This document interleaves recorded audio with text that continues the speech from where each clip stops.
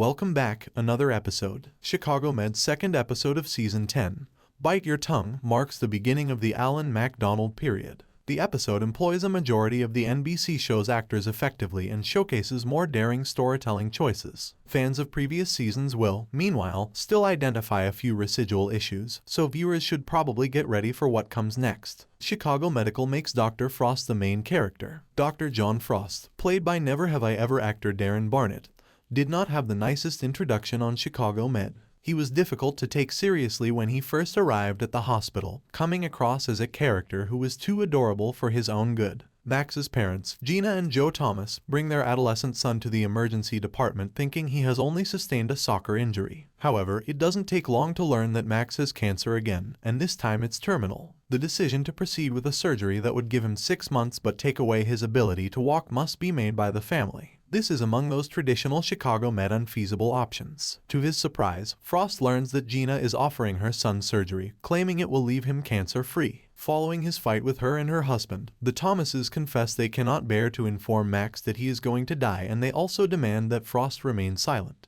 However, everyone in the crowd will know that Frost will eventually speak up. He seems to have more in common with Dr. Natalie Manning than just a medical expertise. While viewers can argue over morality, the main discussion point is that in one moment, Max tells Frost that he is choosing to have surgery because he wants to please his parents. Another cliffhanger centered on Ripley occurs at the end of Season 10, Episode 2, when he finds out that Sully has been arrested for assaulting Paul, exactly what Ripley didn't want. Chicago Med runs a real risk of pushing this plot too far at this point. Given that the Paul narrative just served to further elevate a few contentious individuals, it wasn't a brilliant idea in the first place. The spectator is still sympathetic to Ripley even in his most frustrated moments because Mitchell is able to convey every thought that is running through Ripley's mind. His statements don't feel like justifications or phrases simply to keep the tension continuing. However, Sully's abrupt cancer diagnosis and the impression that Hannah turned him in to save Ripley amount to kicking someone while they're down. What's in store for Dr. Caitlin Lennox at Chicago Med?